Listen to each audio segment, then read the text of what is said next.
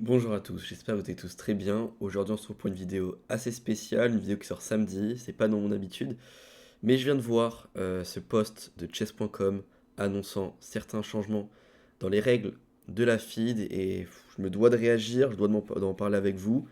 Euh, je sais pas trop ce que vous allez en penser, je pense qu'on va être plein sur le même avis.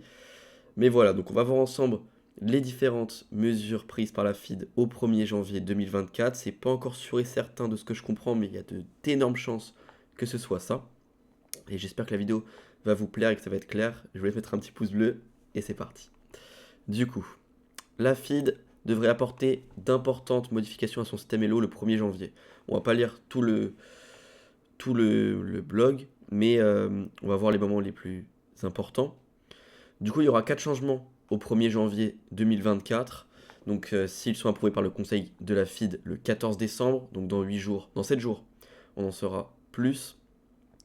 Donc, premier changement, il y aura un ajustement exceptionnel du classement classique. Je m'explique, on descend un peu plus bas. Donc, une augmentation allant jusqu'à 400 points Elo pour certains joueurs.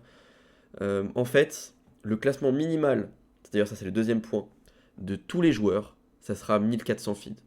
Ce qui veut donc dire que pour un joueur qui est actuellement 1000, 1200 ou 1300, il passera directement au-dessus de la barre des 1400 feeds parce que maintenant c'est le minimum. Avant c'était 1000, là c'est 1400, Donc ça touche 85% des joueurs parce que seulement les moins de 2000 sont concernés. Donc je ne suis donc pas concerné par ce changement, mais on en parlera après. Ça va aussi me toucher. Et je vais sûrement aussi voir mon classement Elo monter indirectement. Du coup, première chose, comment ils vont faire pour monter tous les classements Elo? Ça va être fait par un calcul. Ils vont faire 0 fois 40. Pourquoi 40? Parce que 400 points Elo, on fait diviser par 100. Fois 2000 moins votre Elo. On prend un exemple tout bête. Vous êtes 1000 Elo pile poil. Donc 2000 moins 1000 Elo, ça fait 1000. Et 1000 fois 0,40, oui c'est ça, moins 0,40, ça fait 400 points Elo. Vous allez donc ramasser 400 points Elo. Donc pour un 1000, ça fonctionne. Il passe 1400.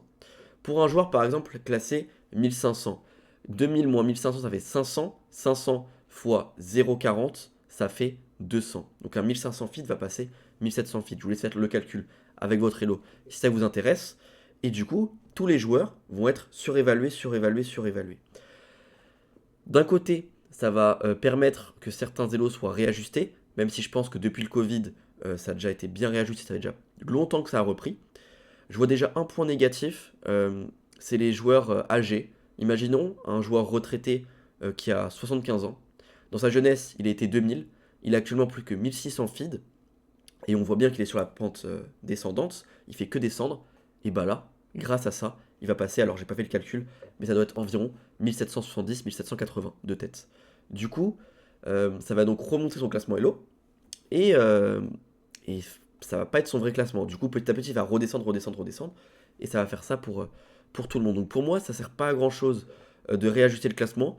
Le système actuel, il n'était pas forcément parfait, mais je trouve qu'il était quand même assez cohérent. Et en plus, maintenant, nouveau point négatif, beaucoup de joueurs, surtout les joueurs titrés, mais moi je suis clairement d'accord avec eux, se plaignent qu'il y a trop de joueurs titrés, que le titre n'est plus autant valorisé qu'avant. Avant, il y a 30 ans, on voyait un grand maître dans un tournoi, c'était extrêmement rare. Maintenant, on va un peu dans n'importe quel tournoi, on en voit plein. Du coup, je pense que déjà qu'il y a beaucoup, beaucoup de joueurs titrés, ça va encore plus accentuer ce phénomène. Imaginons moi, je suis 2060 feed, je vais voir un retraité qui était 1700, qui va passer quasiment 1900, et bah je le joue, je fais plus 15 elo en cas de victoire. Alors qu'avant, c'était seulement plus 5 elo. Donc on va monter aussi beaucoup plus vite. Voilà pourquoi je vous ai dit que même pour les joueurs plus de 2000 feeds, on va être impacté parce qu'on va jouer des joueurs qui sont mieux classés que leur réel niveau avec l'ancien système. Et donc tous les joueurs vont monter, monter, monter, monter. Euh, pour moi, ça sert pas forcément à grand chose. Donc voilà. Donc deuxième règle, donc ça on en a parlé, donc c'est l'augmentation du Elo feed minimum à 1400. Donc tous les joueurs vont passer à 1400 Elo. Avant c'était donc 1000 Elo minimum. Euh, donc tout ça au 1er janvier, tac tac tac. L'amélioration du calcul. Alors ça, c'est pas encore très explicite. Il y a marqué que les autres modifications proposées sont appelées amélioration du calcul. La règle des 400 points sera rétablie. Donc ça, c'est une des règles importantes à avoir. Imaginons, vous jouez un joueur classé 1200, vous êtes 1700. Avant, quand vous jouez un joueur classé à ce niveau-là, il y avait un palier. On l'appelait le palier des 400 points Elo. Donc vous êtes 1700. Si vous jouez un joueur classé moins de 1300, 1200, 1100 ou 1000, dans tous les cas, si vous êtes coef 40, vous allez prendre 3,2 points Elo. Ça, c'était vraiment un palier. Que vous jouez à 1300 ou à 1000, ça n'allait pas changer. Cette règle, elle a été changée il y a l'année dernière ou il y a 2 ans, je ne sais plus. Et en fait, maintenant, imaginons que vous êtes 1700, vous jouez à 1000, vous n'allez gagner que 0 points ou alors 0, quelque chose. Et ben ils vont remettre la règle des 400 points. Ça, c'était peut-être la seule mesure que je trouve cohérente, parce que c'était un peu n'importe quoi. Imaginons je suis 2000, je joue à 1200, bah, c'est quand même sympa d'avoir un petit plus 2, plus 3 Elo. Hein. Ça sert pas à grand chose de venir jouer une partie, c'est pour faire plus 0 Elo, et moins 40 si on perd, bah il n'y a pas d'enjeu en fait. Du coup ça, je pense par contre, c'est très très bien. Mais pour tout ce qui est du reste, c'est n'importe quoi. Nouveau changement, tous les classements Elo pour des joueurs non classés vont être fixés à maximum 2200. Je m'explique. Imaginons, vous êtes non classé, vous jouez vos parties pour devenir feed, pour avoir un classement. Avant, il n'y avait pas forcément de limite. Imaginons, vous faites un tournoi en open et vous battez 4 grands maîtres.